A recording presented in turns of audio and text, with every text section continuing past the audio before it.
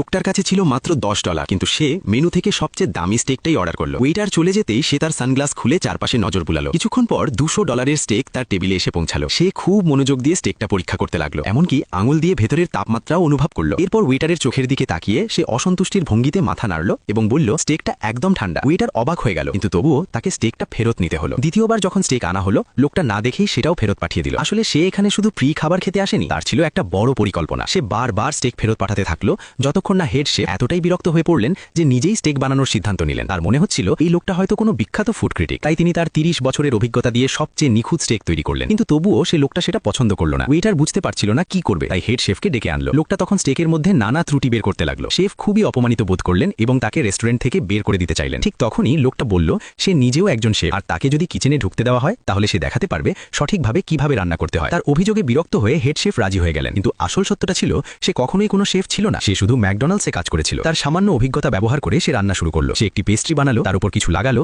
তারপর বিফ রাখলো। কি করবে বুঝতে না পেরে সে বার্গারের মতো 3 টুকরো আমেরিকান চিজও বসিয়ে দিল। দেখতে সুন্দর করার জন্য কিছু ডিজাইনও করে দিল। প্লেটিং এর সময় সে বারবিকিউ সস দিয়ে ডিজাইন করলো এবং সাজানোর জন্য মরিচ যোগ করলো। সবাই যখন সেটা চেখে দেখলো, হেড শেফ আরও বেশি রেগে গেলেন। শেষমেশ সেই লোকটাকে সেখানেই চাকরি থেকে বের করে দেওয়া হলো।